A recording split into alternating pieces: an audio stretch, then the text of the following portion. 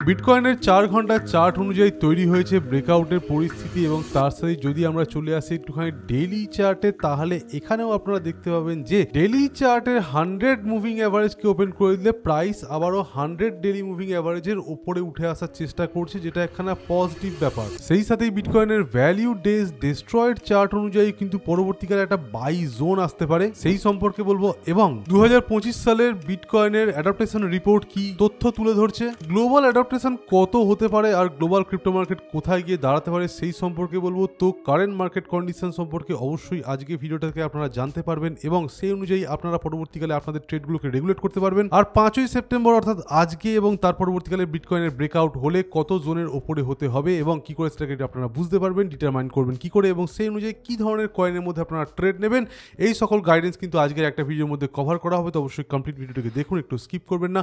ভিডিওটি দেখার পর ভালো লাগলে অবশ্যই লাইক করে দিন, চ্যানেলটিকে সাবস্ক্রাইব করে দিন এই ধরনের কন্টেন্ট ডেলি পাওয়ার জন্য। এবং প্রতিটি ভিডিওর নিচে ডেসক্রিপশনে আমাদের টেলিগ্রাম চ্যানেলের লিঙ্ক দেওয়া আছে, সেখান থেকে জয়েন হয়ে যাবেন। তো বন্ধুরা, আমি ওম, আপনারা দেখছেন বং ক্রিপ্টো 2.0। চলুন শুরু করা যাক।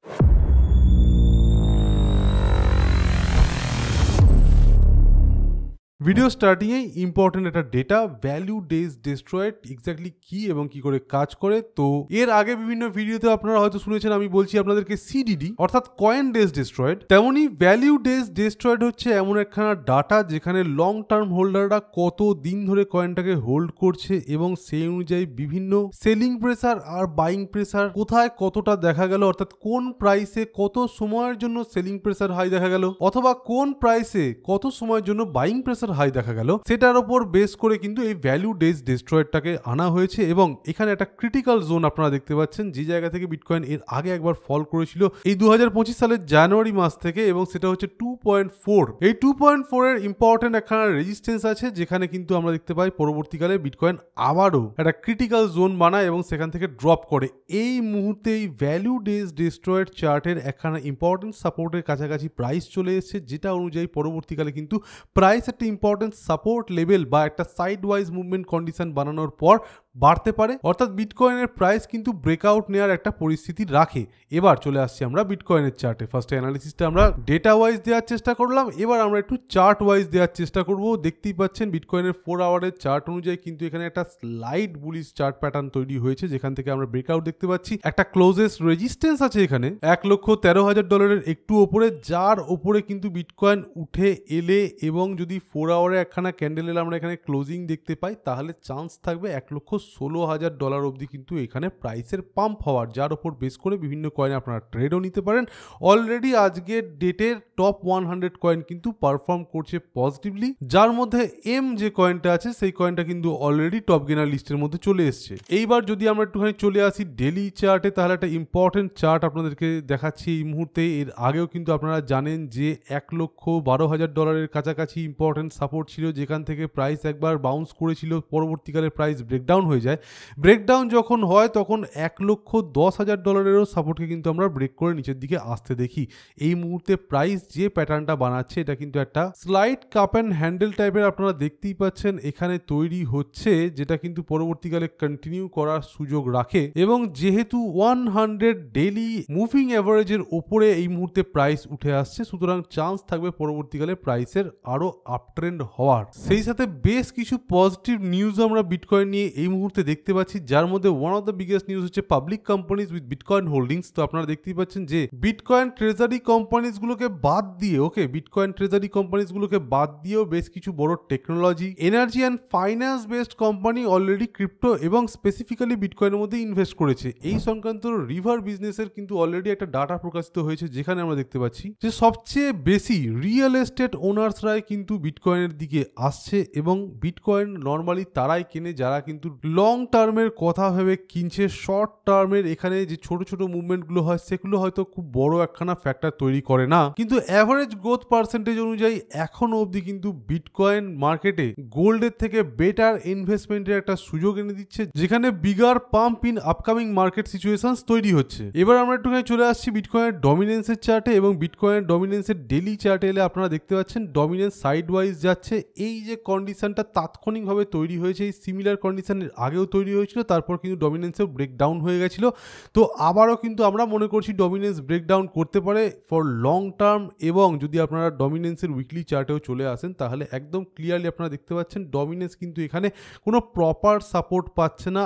যতক্ষণ এটা 55%-এর কাছাকাছি চলে আসছে তারপর কিন্তু এটা সাপোর্ট পাচ্ছে। তো তার মধ্যে কিন্তু চান্স থাকবে অল্ট কয়েনগুলোর একটুখানি হলেও গ্রো করার। এবং আজকের পর অর্থাৎ 5 সেপ্টেম্বরের পর থেকে শুরু করে এবং 17 তারিখের মধ্যে আমাদের অনুযায়ী কিন্তু বেশ কিছু অল্ট কয়েনের মধ্যে আপনারা স্পট হোক অথবা খুব লো লিভারেজে পজিশন বানিয়ে রাখতে পারেন। তার কারণ বড় ইকোনমিক এক্সপার্ট এবং ফাইন্যান্সিয়াল অ্যাডভাইজারদের অনুযায়ী কিন্তু এই মাসে অর্থাৎ সেপ্টেম্বর মাস থেকে ফেডারেল রিজার্ভ রেট কাট করতে পারে। এর কিন্তু আরো একখানা বড় রিজন আমরা এখন দেখতে পাচ্ছি, যেটা সম্পর্কে হয়তো পরবর্তীকালে আপনারাও জানতে পারবেন। সেটা হলো ওই জব ডাটা যেটা ইউএস গভর্নমেন্টের আছে, সেখানে কিন্তু জবলেসের সংখ্যা আস্তে আস্তে বাড়ছে। নর্মালি এই ধরনের কন্ডিশন যখন তৈরি হয় তখন কিন্তু রেট কাট করার একটা ডিসিশন নেওয়া হয়, তবে সেটা তাৎক্ষণিক হয়ে থাকে।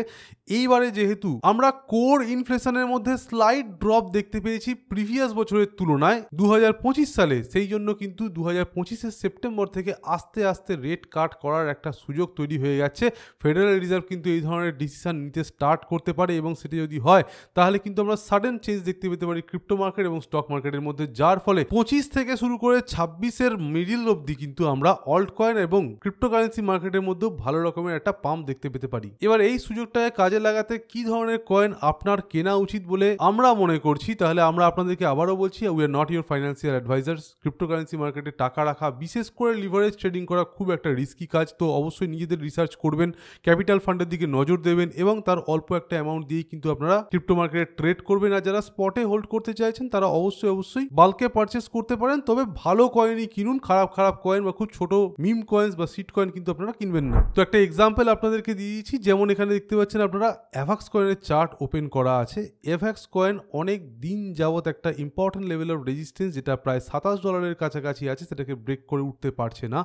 এই ধরনের কন্ডিশন যখনই কোনো ভালো কয়েনের মধ্যে তৈরি হয় এবং সেই কয়েনটা কনস্ট্যান্ট একখানা সাইড ওয়াইজ প্যাটার্ন বানিয়ে নেয় এবং তার মধ্যে সিনক্রোনাইজেশনও চলে আসে, প্রপার ওয়েতে যদি ব্রেকআউট হয় তাহলে কিন্তু কয়েনটা বাড়তে পারে। তো যারা মিড টার্ম কিনতে চাইছেন, হয়তো 2 মাস কি 3 মাস হোল্ড করবেন, হয়তো পরের বছরের আগে তারা একটা প্রফিট পেতে চাইছেন যাতে করে নিউ ইয়ারটা তারা সেলিব্রেট করতে পারেন, তারা কিন্তু এই ধরনের কয়েনের দিকে নজর রাখতে পারেন। তবে আবারও বলছি, ক্রিপ্টোকারেন্সি মার্কেট খুবই রিস্কি, কোথায় কবে কি হবে এক্স্যাক্টলি বলা যায় না। তবে অ্যাভাক্স, অ্যাটম এই সমস্ত কয়েন দেখুন অনেক দিন যাবত একখানা লোয়ার লো বানিয়ে তার পরবর্তীকালে কিন্তু একদম সাইডওয়াইজ মুভ করছে। এই সমস্ত কয়েন ডেফিনেটলি এট সাম পয়েন্ট বাড়বে। এই যে আপনারা দেখতে পাচ্ছেন এখন অ্যাটম কয়েনের চার্ট, এখানেও আপনারা দেখুন অনেক দিন যাবত একখানা সাইডওয়াইজ প্যাটার্ন আমরা দেখতে পাচ্ছি, যেখান থেকে কিন্তু প্রপার কোনো ব্রেকআউট হচ্ছে না, প্রপার ভলিউমই জেনারেট হচ্ছে না ইনফ্যাক্ট, যেহেতু কয়েনটা একটু পুরনো হয়ে গিয়েছে। তবে এই যে অ্যাকুমুলেশনটা চলছে এতদিন যাবত এবং লং টার্ম স্পট হোল্ডারদের মধ্যে একখানা জায়গা এই কয়েনটা করে নিতে পারছে, যদি কোনো রকমের পজিটিভ নিউজ বেরিয়ে আসে তাহলে কিন্তু কয়েনটা ডেফিনেটলি পাম্প করবে। এবং তারপর কিন্তু এই ধরনের কয়েন আপনারা প্রত্যেকেই জানেন যখন পাম্প করে অন অ্যান অ্যাভারেজ 40 to 50% কাছাকাছি করে থাকে, তো তত উপরে প্রাইস চলে যাওয়ার পর কিনতে পারাটা একটুখানি অসুবিধার হয়ে দাঁড়াবে। তাই যারা লোয়ার প্রাইসে কিছু কয়েনকে কিনতে চাইছেন তারা এই দুটো কয়েনের দিকে নজর রাখতে পারেন। আর এই ধরনের কয়েনের চার্ট কোথাও দেখতে পেলে এবং সেই কয়েনটা যদি 1 থেকে 100 বা 1 থেকে 200 র্যাঙ্কিং এর মধ্যে থাকে এবং তার সাথে মার্কেট ক্যাপ যদি মিনিমাম $100 মিলিয়ন ওপরে হয়ে থাকে, ডেফিনেটলি আপনারা সেই সমস্ত কয়েনের মধ্যে ট্রাই নিতে পারেন। তবে অবশ্যই ক্যাপিটাল ইনভেস্টমেন্ট এবং ক্যাপিটাল ট্রেডিং পলিসি যে সমস্ত আছে সেগুলোর দিকে নজর রাখবেন, রুল মেনটেন করবেন, আর লিভারেজ কিন্তু একদমই বেশি নিতে যাবেন না। তো বন্ধুরা, এই ছিল একটা ইম্পর্টেন্ট ভিডিও। আজকের ডেটে দাঁড়িয়ে ক্রিপ্টোকারেন্সি মার্কেট থেকে কি ধরনের তথ্য উঠে আসছে, বিটকয়েন থেকে কি বোঝা যাচ্ছে, ব্রেকআউট নিলে কত ডলারের উপর নিতে পারে আপনারা বুঝতেই পারলেন। আজকের ভিডিও কিন্তু সেই সাথে পরবর্তীকালে মার্কেট কিভাবে চেঞ্জ হতে পারে এবং কি ধরনের অল্ট কয়েনের মধ্যে আপনারা মিড টার্মের জন্য ট্রেড নিতে পারেন সেই সম্পর্কে বললাম। যারা সুইং ট্রেডিং ইচ্ছুক তারা কিন্তু এই ধরনের ট্রেড নিতে পারেন। তো আশা করি ভিডিওটি আপনাদের ভালো লেগেছে। ভিডিওটি ভালো লেগে থাকলে লাইক করতে, চ্যানেলটিকে সাবস্ক্রাইব করতে একদম ভুলবেন না। সেই সাথে আমাদেরকে কমেন্ট বক্সে নিজেদের মতামত জানান এবং ভিডিওটিকে শেয়ার করে দিন নিজেদের ফ্রেন্ডসদের মধ্যে। তো আজকের মতো এখানেই। Thank you for watching our video. Stay safe, happy investing, by.